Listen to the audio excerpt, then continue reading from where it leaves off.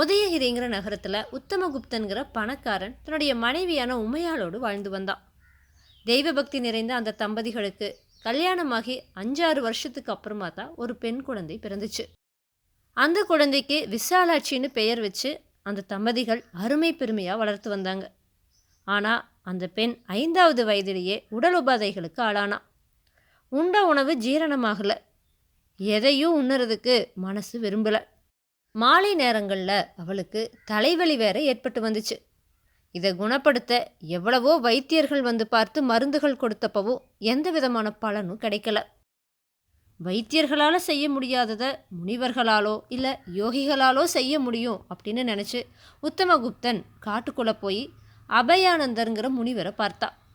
அவரும், பெண் குழந்தை உனக்கு பிறந்தது, நீ தெய்வத்தை மறந்துட்ட. அவ தெய்வத்துக்கிட்ட பக்தி கொள்ளும்படி செய்யி. தாய் தந்தையரை விட தெய்வமே உயர்ந்தது அப்படிங்கிற எண்ணத்தை நல்லா பதியும்படி செய்யி, அவள் குணமடைஞ்சிடுவா அப்படின்னு சொல்லி அனுப்புனார். உத்தமகுப்தனும் அங்கிருந்து தன்னோட வீட்டுக்கு வந்து விசாலாட்சிக்கு தெய்வ பக்தி ஏற்பட எல்லா ஏற்பாடுகளையும் செஞ்சா. இதனால் அவளோட மனசில் கடவுள் பக்தி மிக ஆழமாக பதிஞ்சு போச்சு. எப்போதும் கடவுளை பற்றின பாடல்களையே பாடினா. தனக்கு எது கிடைச்சாலும் அதை கடவுளுக்கே அர்ப்பணிக்க தொடங்கினான். சாப்பிட்றதுக்கு எதை கொடுத்தாலோ அதை கடவுளுடைய பிரசாதம் அப்படின்னு நினச்சி சாப்பிட்டா. ஒரே மாதத்தில் அவளுடைய நோய்கள் எல்லாம் போயிடுச்சு. ஆனால் எப்போதும் தெய்வ சிந்தனையில் மூழ்கி இருக்க தொடங்கினான். அதை பார்த்த உத்தமகுப்தன் அவளுக்கு திருமணம் செஞ்சு வச்சுட்டா இல்வாழ்க்கையில் ஈடுபட்டு விடுவா அப்படின்னு நினச்சி அதை பற்றி அவகிட்டவே பேசினான். ஆனால் அவளோ தான் திருமணமே செய்து கொள்ளப் போவதில்லை அப்படின்னு சொல்லிட்டா. அதனால் உத்தமகுப்தன் மறுபடியும் முனிவரை பார்த்து தன்னுடைய பிரச்சனையை சொன்னான். அவரும் தானே வந்து அவளுக்கு அறிவுரை சொல்கிறதா சொல்லி அவன் கூட அவனோட வீட்டுக்கு போனார்.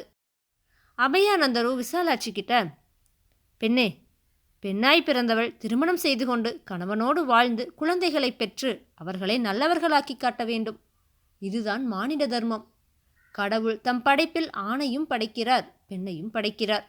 ஒரு ஆண் ஒரு பெண்ணை மணந்து கொண்டு இல்வாழ்க்கையை மேற்கொள்வதோடு தன்னுடைய குடும்பத்தின் பெயர் விளங்க நல்ல குழந்தைகளை பெற்று அவர்களை நல்லவர்களாக்கி காட்ட வேண்டும். இதை செய்யாவிட்டால் தெய்வம் கூட பொறுக்காது அப்படின்னு பல அறிவுரைகளை சொன்னார். அதெல்லாம் கேட்டதுக்கு அப்புறமா அவள் திருமணம் செஞ்சுக்க சம்மதிச்சா. விரைவிலேயே அவளுடைய திருமணமும் நடந்துச்சு. இது நடந்து 1 ஆண்டுக்கு அப்புறமா ஒரு ஆண் குழந்தையை அவள் பெத்தெடுத்தா. தெய்வாம்சம் கொண்டது அப்படின்னு நினச்சி விசாலாட்சியும் அவளுடைய கணவனும் அதுக்கு விஸ்வநாதன்னு பேர் வச்சாங்க. அவனும் தன் தாயுடைய அரவணைப்பில் தெய்வ பக்தி மிகவும் கொண்டவனாக இருந்தான். தாயைப் போலவே எப்போதும் கடவுளை பற்றியே சிந்திச்சா. அவன் பக்தி பாடல்களை பாடி பரவசமடைஞ்சா. அதனால் உலகத்தில் எதன் மீதும் அவனுக்கு பற்றுதலே இல்லாமல் போயிடுச்சு. அதனால் அவன் இகலோக வாழ்க்கையை வெறுத்து மோட்சமடைய வழி என்ன அப்படின்னு தேடத் தொடங்கினான். இதை பார்த்து அவனுடைய தந்தை தன்னுடைய மனைவியான விசாலாட்சி கிட்ட, விசாலாட்சி, நீ இந்த போக்கிலேயே உன்னுடைய மகனை விட்டுட்டேனா அவனுடைய வாழ்க்கை பாழாகிடும். அவனை இவ்வளவு தெய்வ பக்தி கொள்ள உட்படுத்தாத அப்படின்னு சொன்னான்.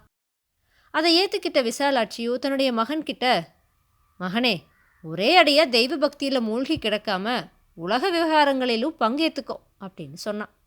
அவன் அதை ஏற்றுக்கவே இல்லை. ஊர்க்காரங்களும் அவன்கிட்ட அவனுடைய தாயார் அறிவுறுத்தியபடியே நடக்கும்படி சொன்னாங்க. அதையெல்லாம் கேட்காம உலக வாழ்க்கை மேலே வெறுப்பு கொண்டு காட்டுக்கு போய் ஒரு மரத்துக்கு கீழே அமர்ந்து தபம் செய்ய தொடங்கினான். இப்படியே 10 வருடங்கள் கழிஞ்சுது. ஆனால் அவனுக்கு முன்னாடி கடவுள் தோன்றவே இல்லை. ஒரு நாள் காலையில் விஸ்வநாதன் ஏரியில் குளிச்சு கொண்டிருக்கிறப்ப ஒரு வேடன் ஒரு மானை துரத்தியவாறே அங்கே வந்தான். அவன் விஸ்வநாதனை பார்த்து, பரமேஸ்வரா, அன்னைக்கு அர்ஜுனனுக்கு தரிசனம் தந்தது மாதிரி இன்னைக்கு எனக்கு காட்சி அளிக்கிறியா? என் பாக்கியமே பாக்கியம் அப்படின்னு சொல்லி அவனுக்கு முன்னாடி விழுந்து வணங்கினான். அதை பார்த்த விஸ்வநாதன் ஏரியிலிருந்து கரைக்கு வந்து, ஐயா, நீங்கள் என்னை விட வயசில் மூத்தவர், எனக்கு முன்னாடி விழுந்து வணங்குறது முறையல்ல அப்படின்னு சொன்னான். அதுக்கு அவன், நீங்கள் ஈஸ்வரன், உங்கள் கழுத்தில் பாம்பானது ஆபரணமாக உள்ளது, உங்களை தரிசித்து தன்னியனானேன் அப்படின்னு கைகூப்பி வணங்கினான். அதை கேட்ட விஸ்வநாதன் திகைச்சு நின்னான்.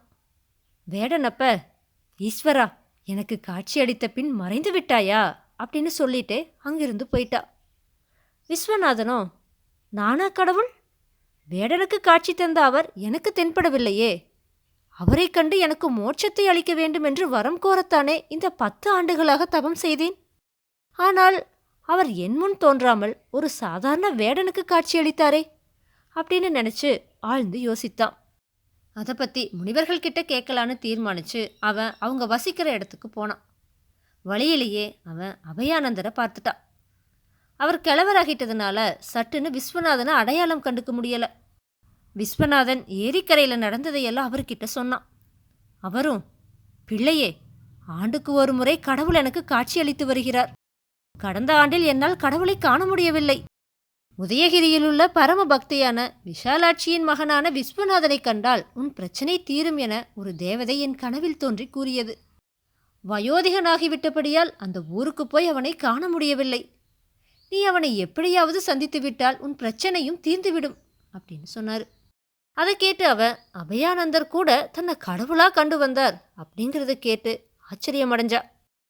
தான் 10 வருடங்களா காட்டுல தவம் செஞ்சு கொண்டிருக்கிறப்ப கடந்த 9 ஆண்டுகளில் தன்னை அவரால் உதயகிரியில் எப்படி காண முடிஞ்சது அப்படின்னு நினச்சி வியப்படைஞ்சா.